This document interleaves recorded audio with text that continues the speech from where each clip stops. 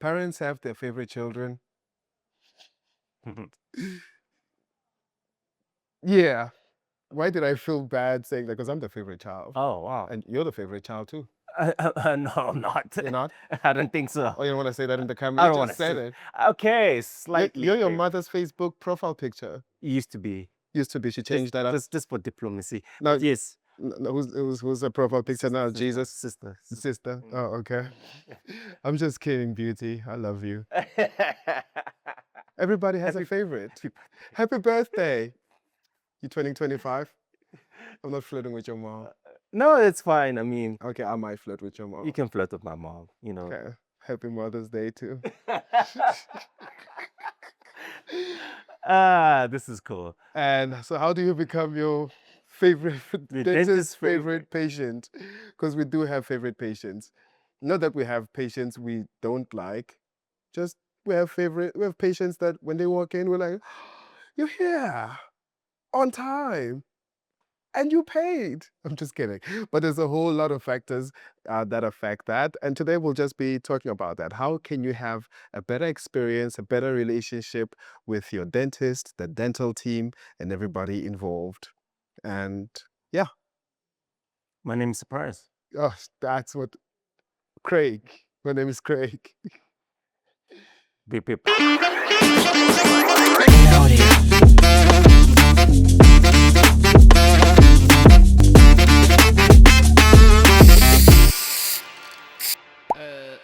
Can you shut up? I think the more friendlier phrasing would be how to make the dental experience easier for everyone.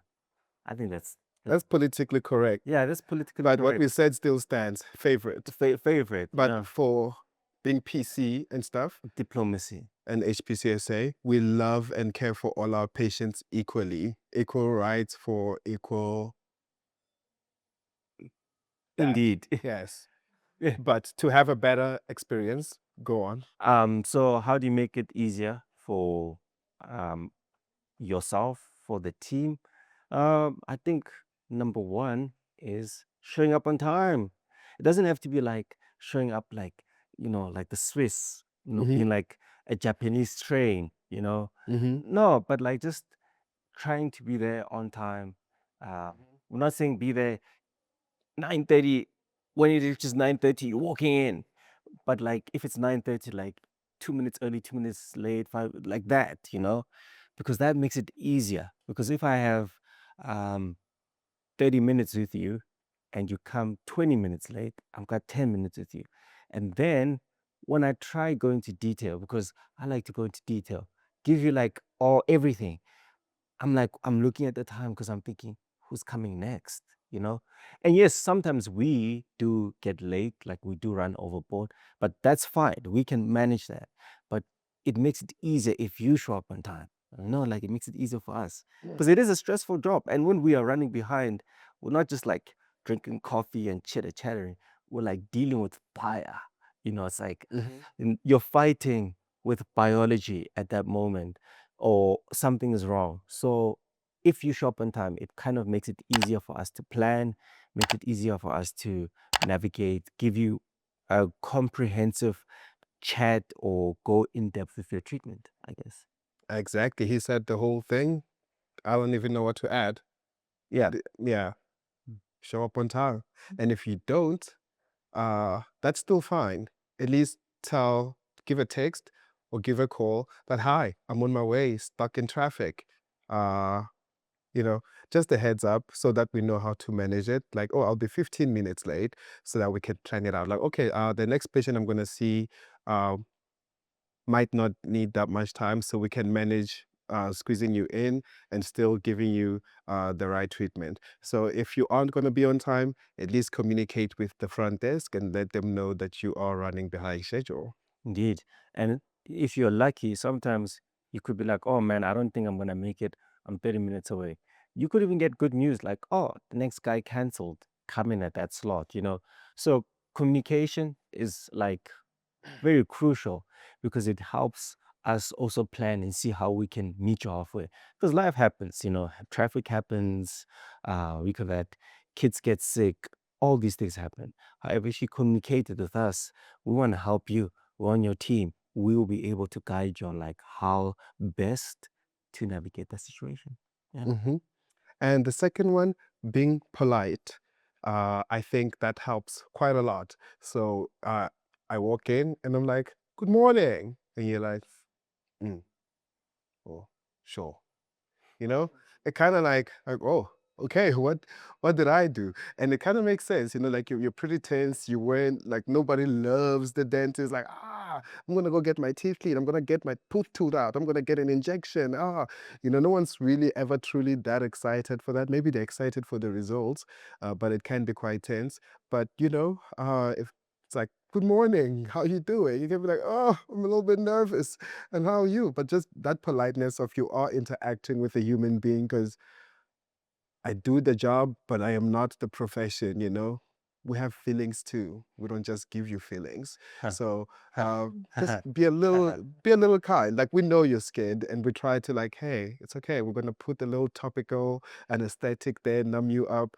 Baby steps. We're not gonna do 10 feelings today and butcher you up. So I think that friendliness as well. We're able to communicate well, knowing that I am not the enemy. And if you are traumatized because you had a bad relationship with a previous dentist, because that happens, you know, do not bleed on hands that didn't stab you. Hmm. I think that's how it goes. I don't know. Some Twitter girl said that one time, and I thought, that's cool. I'm going to steal it. So don't bleed on people who didn't stab you. Of course, we're going to make you bleed too, but with love. No, that's true. That's true. I think also interacting as well, uh, and being human makes it easier because, yeah, we have feelings. And if you just like, okay, so this is what you're gonna need, and you're like, I'm like, oh wow, tough crowd. You know, I also get anxious. BTW, BTW, BTW. You Hmm. know, maybe because I don't know about all dentists, but I know about myself because I live with myself. Sometimes when I do see a certain procedure or a certain, like you get nervous. Some things do make you nervous. You're like, ooh, will I be able to pull it off? You know, and that means some of those cases that we post sometimes come from a place when the patient walks in, you're like, oh, I'm not sure if I can do this today. So we do have feelings, and sometimes, you have like a disagreement with your significant other. Like, you like, man, purple is a better color than pink. And now you get to work and you're not in a good state. And somebody's like not being approachable. It kind of does take a toll on you. You're like, oh my gosh, this is a rough day. It's a rough start, eh? I Hmm. don't know about you. No, it is true. I Uh-huh. do believe purple is better color than pink, but also sometimes, a patient can brighten up your day because, like, it's been a good day, and then they walk in, they're like, "Hey, Craig." I'm like, "Oh, hey, you're happy to see me?" I thought everybody hates me. So it does like create a really easy atmosphere. And yeah, so being polite and being a little bit kind. And then I think another one is paying the bill. You know, um, yeah, I mean, this place runs on money, and I'm not saying, Rico, that you should take out loans for the treatment, but when we're discussing treatment and you see the code, or we say, okay, I'm gonna go through with it, being open about like if you can pay, if you can't pay, we're not gonna judge. Like I'm not gonna judge you if you say, look, I can't afford this, but whatever, I've got a problem. I'm gonna try and meet you halfway, whatever that halfway is that we can do. But like you have to pay. Like, please pay, and or talk to the guys in the front and say, this is what's going on. But paying is amazing. I like it when you pay as well, you know. I'm like, oh wow, that's nice. Polite and you paid. Oh, and you showed up on time. Oh man, what a day. Yeah, to add to what he's saying, or what he's actually saying, just kidding, um, is that, like, against capitalism, the man, big pharma, you know, we all don't like rising prices, but whenever we do give you a code, we aren't necessarily being the enemy when we say like, hey, you should probably come for that cleaning in 2 months, because it's not like, yeah, you just want to take my money, or you should get retainers after you are done with your braces. It's not that we just want to take your money. It's we want to preserve all the expensive work that you have done up until this point. So we're not some leprechauns who are just out there for gold. We do like a little piece of gold, but it's not the main purpose. And hopefully, we don't want you seeing us in that way. We're on the same team. We're on the same We're team. on the same team. Is there anything else you can think of? That makes patients Yeah. that, oh, there's a whole lot. Patients who open wide, open up as wide as you can, okay? Like if I have to beg you to open up your mouth and you give me a pout, and you know I'm working on the wisdom tooth, how can I can't see? I'm like, open up. I can't, you know, you know, Yeah. you know. Yeah. I struggle to open as well. The dentists don't like you. Open as wide as you can. Yeah, Like, open as wide as you can, whatever that is. yeah. You know, because No. no, but some Why? people don't have that range of motion, you know. Like some people have like limited range. No. I understand. As wide as you can. I'm not. As you can. As you can. Physically, not emotionally. Yes. You know, as wide as you can physically, and then we'll understand, okay, this is the limitation, this is what I'll be working with. And none of this when we're working, you know. I'm like, open, please open, please open, and then you're licking my hand, you're like, oh, at the same time. I don't like you less if you do that, but if you don't do that, I like you more. Again, Easy access. I'll go back to the diplomatic one. It makes life easier, especially if you're working on teeth back there. Because I mean, again, I'm gonna put it into context what we're doing. That little drill you're hearing is probably moving at like what 40,000 RPM. It's very quick. It's just fast, right? So that is lightning fast. This thing is crazy fast, and you're using these two little digits here. And you've seen the size of our mirrors as well. Yeah. So everything is moving exceptionally fast. Small window of opening, and also like a small range to work, like area that you're working in, full of saliva and blood. So you need as much visibility as possible, right? So if you can open as wide as you can, it helps with visibility because we need to see, like we don't work blind, you know. That's why we're using the mirror because we see. So opening as wide as you can helps make life easier because then we can actually work on whatever tooth we need to work on adequately. Yes, we have other aids like bite blocks and all that stuff, but it also helps if you can open a bit wider so that we can be able to see and treat whatever tooth well. You know, especially if you're doing like procedures like crowns and root canals, which require you to actually physically see, you need to have like as much range as possible. Yeah. I'm begging you, if you're gonna take anything from this video, let it be this. Just open wide. Open wide. And then is there another one you can think of? Damn, where are you rushing to? No, I forgot. Like, remember we shot this? I'm like, my brain has forgotten. Like, Oh, so we're shooting this for the second time. yeah. Because they brought the intern last time and forgot to put on So I mic. forgot everything. I'm sorry, I'm not gonna roast the intern. We love you, man. Yeah. You did a great job. And you made me look good on that angle. Yeah, the angles were pretty nice. And the timer was pretty cool as well. You know. Yeah. I'll buy you a pie for this roast. A roasted pipes.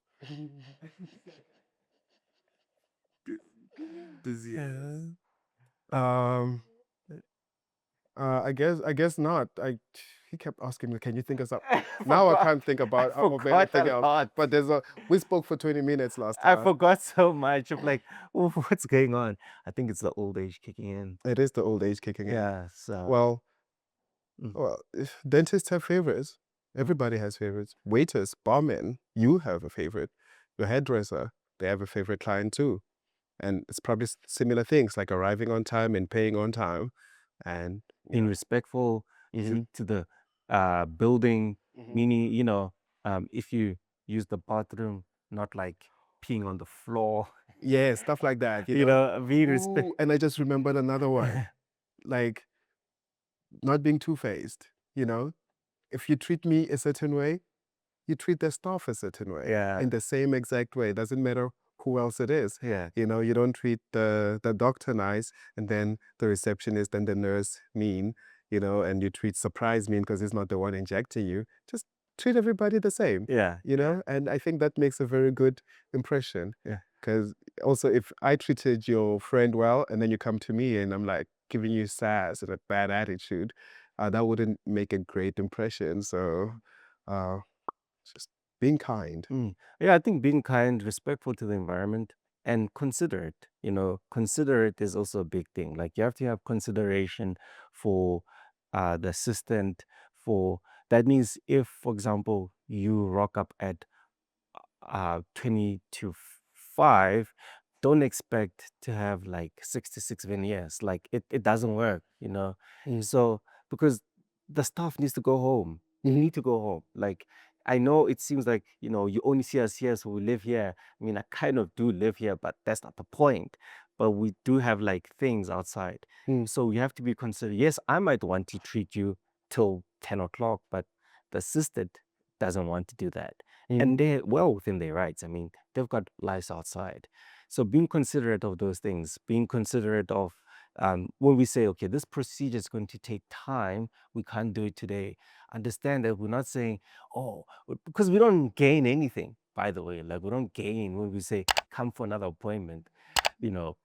So He's having a Kanye rant. He's like, no, no, I'm kidding, I joke. yeah, that's true. Like we Go off, don't. King. So, Yeah. so like if we say, okay, this procedure is gonna take an hour and a half, 2 hours, and you want it done today, or you're flying out today, it's not that we don't want to do it. It's just constraints. Oh yeah, you did bring this up last. Yeah, like constraints. Like Mm. sometimes we're constrained by the schedule. I mean, if I start your 2-hour procedure now, there's a guy waiting for me in 10 minutes. Or if I start your procedure now, I mean, you don't even know the costing, all those things. So you need to be considerate of the staff, of the environment, of the limitations we have. Not because, you know, we don't care, but we want to help you. But to help you, we need to also help us. It's like symbiosis, you know, synergy. 1 + 1 makes 5. Mm. A good crown is made by good lab, good assistant, good patient, all comes together. So we need to work together if we want to have a goal. I think that's one. Yeah. Sweet. And as we close, an honorable mention, spitting into the abyss. So you feel a little something there, so and or a little blood, you know, spitting, just s- don't spit. Mm, It happens a lot. Like ask for a paper or ask for a suction or a spit in something, you know.